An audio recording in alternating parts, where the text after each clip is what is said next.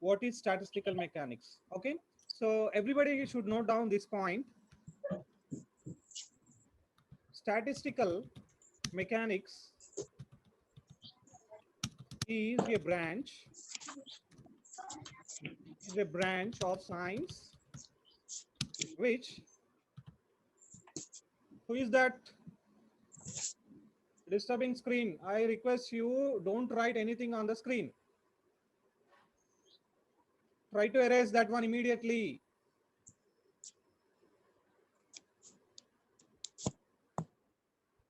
Somebody is writing on the screen. You're not a kid, you know.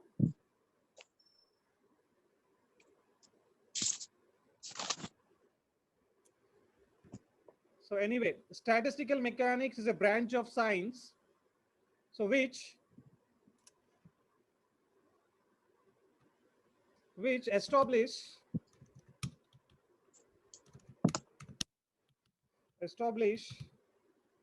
the relation between macroscopic behaviors macroscopic behaviors that means what we say macroscopic behavior is nothing but bulk properties, okay, of the system of the system of the system in which in which in which sorry of the system in terms of its,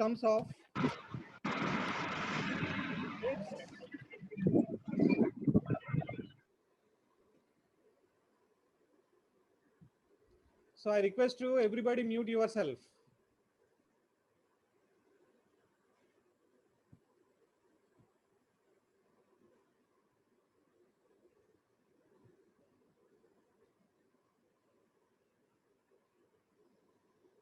So microscopic behavior, that means what? Individual properties, where microscopic behavior means individual properties.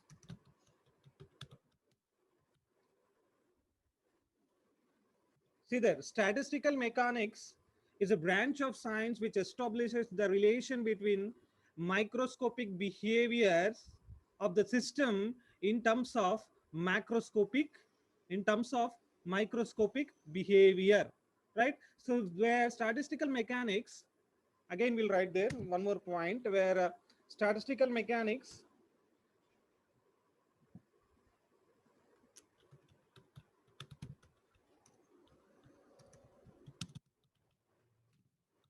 statistical mechanics has its name implies is not concerned with the actual motions or interactions of the individual particles, but but explores the probable most probable behavior of assembly of particles. See, this is the important point here. Statistical mechanics is a branch of science which establishes the relation between macroscopic behaviors. That means what?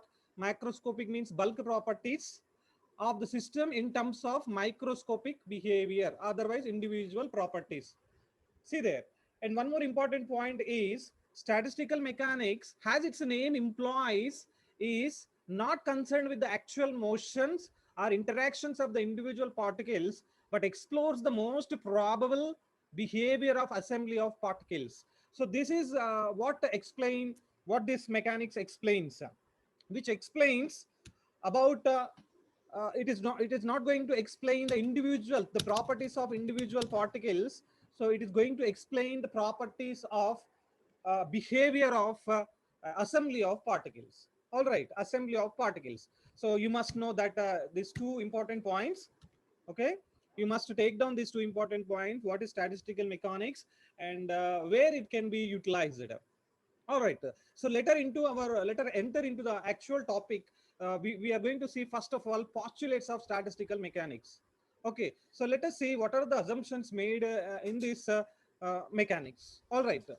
So can you able to hear me? Anybody chat in the chat box? Yes or no? Is it uh, is it audible or not?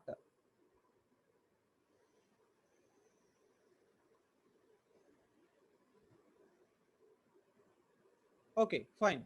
All right, all right. Now, let us see first point. We know very well that all gases are composed of molecules which are in a state of constant random motion. So we know very well, right? All the gases are comprises of different types of molecules, so where which possess constant random motion. Okay, now the second point is the total number of molecules in a gas is constant. All right, the total number of molecules in a gas is constant, and also the total energy of the system is also constant. If you take the system individual particle, there exist so many molecules, each molecule has its own energy, but even though the total energy of the system is always constant. All right, and the next point is that all the elementary cells are of the same size. All the elementary cells are of the same size in the given gas. Okay, and the next point is what there, all the accessible microstates, all the accessible microstates corresponding to possible macrostates are equally probable. And the next point is the equilibrium state. That means macro state of a system, macro state macro state of a system corresponding to state of maximum probability. Okay, so these are the postulates of statistical mechanics, and now we are going to see different topics. So one is phase space. So what we call phase space, and another one is ensemble. We are going to see. Okay, so what is phase space and what is ensemble? Let us see there. So what is phase space? So you know that if you want to describe the motion of your body, generally, if you want to describe an event,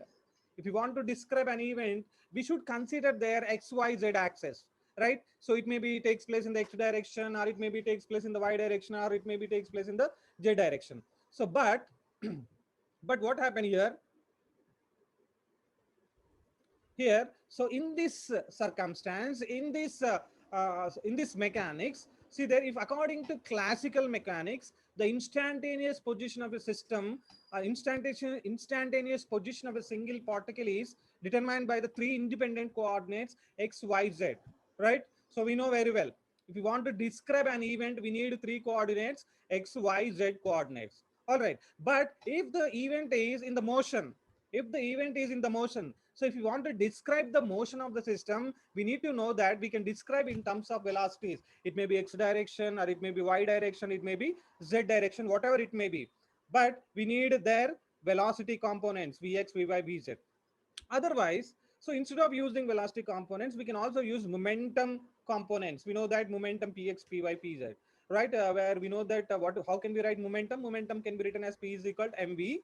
All right. So where m is mass of the particle, where velocity is nothing but, you know very well, it may be in the x direction, it may be y direction, it may be z direction, whatever it is. Okay. So therefore, state of the body completely described in terms of six coordinates, right? So if you want to describe a system, it may be in constant position, or it may be in motion. Okay, so if you want to describe the system or event, we must know that six components, in which x, y, z are the position coordinates, and where vx, vy, vz are the velocity coordinates. All right, so we need all these six components to describe the system.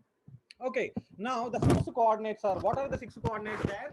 where the six coordinates are can be where the six coordinates can be x, y, z, and px, py, pz.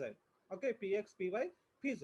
Now the position x, y, z and momentum space px, py, pz is called phase space. What is phase space here?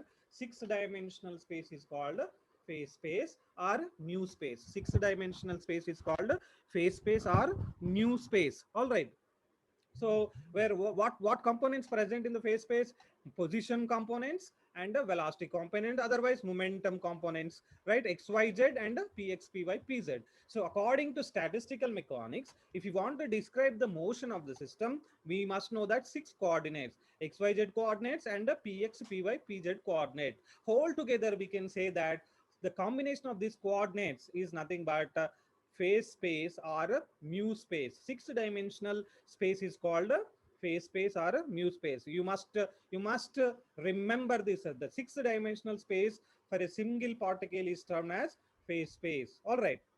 Now, the instantaneous state of a particle in the phase space is represented by a phase point, has phase point or representative point. So here, you know that in phase space, if you take any particle, if you take any particle in the phase space, so that particle is called a phase point or a representative point here. All right. Now, so let us move further. And the number of phase points here, the number of phase points. So that it may be so many phase points are there in the phase space. Then the number of phase points per unit volume is called phase density. You know that how can we define density, mass density? Mass per unit volume is called mass density.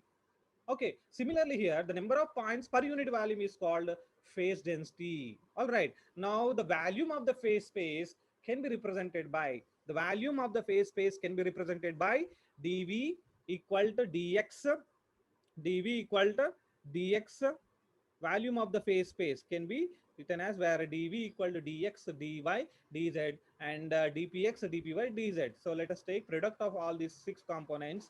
So that is what volume of the phase space, volume of the phase space. All right.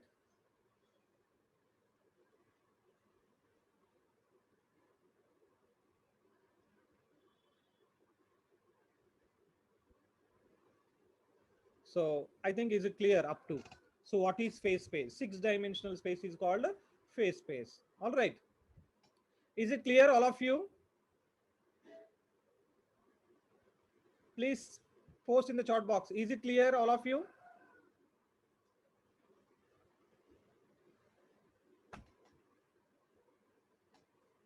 Right. Let us move into the another topic. So we know that another different topic is here ensemble. So what we call ensemble, that is an entirely different word, ensemble. Okay. See, it's very easy. So consider a collection of particles. What I'm taking collection of particles in which each single particle referred as a system, in which each particle is referred as a system. See, I'm taking here system or it may be particle, whatever it is, same, whether it is system or particle. So I'm taking a collection of particles. Okay, the collection of particles as a whole has an assembly. Remember there, the group of particles, otherwise group of system or collection of particles or collection of systems is known as assembly. Okay, so what is assembly here? The collection.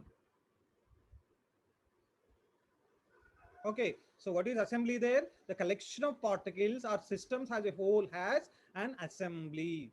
And the next thing is the collection of large number of assemblies is called an ensemble. The collection of large number of assemblies is called as an ensemble. See there, ensemble. The collection of large number of assemblies, the collection of large number of assemblies is called as an ensemble. Okay, see there, here I'm going to tell you one example, a general example if you take. Okay, now if you take every student should be referred as, every student is referred as a system. Okay, every student referred as a system. Understand? Now the collection of students, now the collection of students is called assembly. The collection of students is called assembly, is nothing but classroom. Understand? The collection of students is nothing but a classroom. And the collection of large number of classrooms are called a college. The collection of large number of classrooms is called college. Similarly, it is nothing but ensemble. Yes, our college is just like ensemble. Our college is just like ensemble. Our college is collection of classrooms, where the ensemble is nothing but collection of assemblies, and where the class is the group of students. Here also assembly is nothing but which is group of system or particles. Understand? So ensemble is nothing but the large number of assemblies. Ensemble is nothing but large number of assemblies. All right, so can you hear me? Are you following?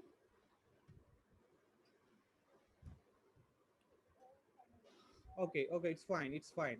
Now see there, there exists different types of ensembles. An ensemble may be defined as collection of large number of macroscopically identical but essentially independent systems. Understand? See there, it is the collection of a large number of macroscopically identical but essentially independent systems. Okay, now see there, there exist a different types of ensembles, right? The first one is the first one is microcanonical ensemble. The first one is microcanonical ensemble. And the second one is what there? Canonical ensemble. And the third one is what here? And the third one is what there? Grand canonical ensemble. Okay. Microcanonical ensemble and a canonical ensemble and a grand canonical ensemble. Okay. So let us see one by one here. What is microcanonical ensemble and a canonical ensemble and grand canonical ensemble? Let us see one by one. Okay, now here I am taking the microcanonical ensemble. Already I told you ensemble is nothing but the combination of assemblies.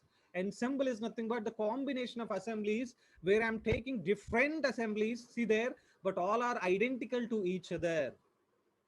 Understand, dear students, where I'm taking different types of here I'm taking microcanonical ensemble which contain different types of assemblies, but they are all identical to each other, they are all same. Understand? Now it has some properties. See there, in every box, every assembly where I put there EVN, EVN, EVN, EVN, like that. So what is E there? E is nothing but energy. What is V there? V is nothing but volume, and where N is nothing but number of particles. Understand? Where E is energy, volume, and number of particles. So why I am taking EVN in this assembly? Because whatever I am taking in the boxes, they are constant. Understand? Where the energy, volume, and the number of particles are constant.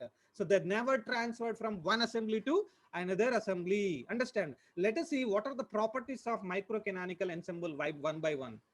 Okay, see there, it is the collection of large number of essentially independent assemblies having the same energy E and volume V and the number of particles capital N. All right. So see there once again, it is the collection of large number of assemblies, essentially independent assemblies having the same energy and volume and the number of particles N. These assemblies are separated by, you must remember these things. These assemblies are separated by rigid, impermeable, impermeable. There is no permission from one assembly to another assembly.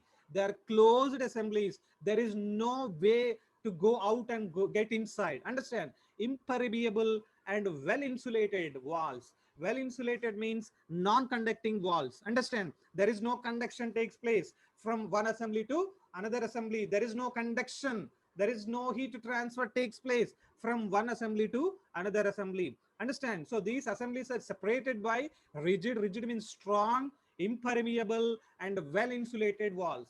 And so that energy, volume, and number of particles are not influenced by the presence of other systems. See there, where I'm taking in the system, where I'm taking rigid walls which contain rigid walls, and also impermeable walls, and also non-conducting walls. So in this way, there is no way to transfer energy, heat energy from one assembly to the another assembly. Understand? One assembly to another assembly.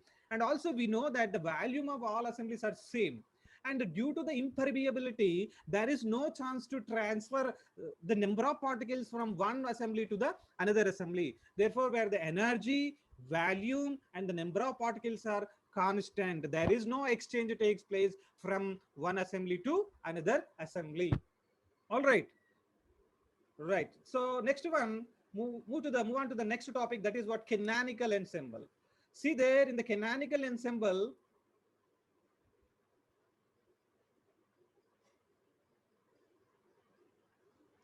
see there in the canonical ensemble,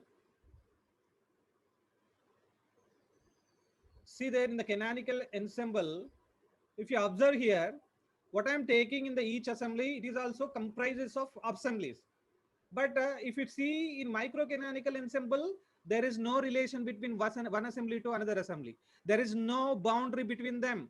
Understand? So there is no direct contact. But if you observe in canonical ensemble, yes, there is a boundary between them. Understand? So there is a connection between them.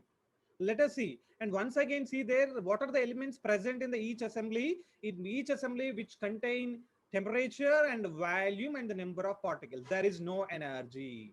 So let us see why there is no energy. If you see the properties, we can understand that very well. Right. See there, let us see few properties of canonical ensemble here.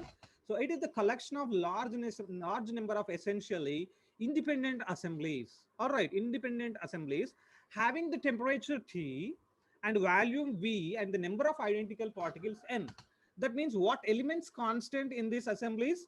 And here the temperature, volume, and number of particles are constant. But what happened in energy? Let us say the individual assemblies are separated by rigid, just like a microcanonical ensemble, and impermeable. This is also just like microcanonical ensemble. But what I am taking, you must know that it is a conducting walls, where I'm taking conducting walls, diatomic walls. So that is why what happened there, if we take conducting walls here, if we take conducting walls here, then what happened? Heat energy transfer takes place from one assembly to another assembly. Understand? Whereas in case of microcanonical ensemble, there is no heat transfer takes place. But here, heat transfer takes place from one assembly to another assembly. All right. Now the third one is what there? As the separating walls are conducting, heat energy can be exchanged between the assemblies.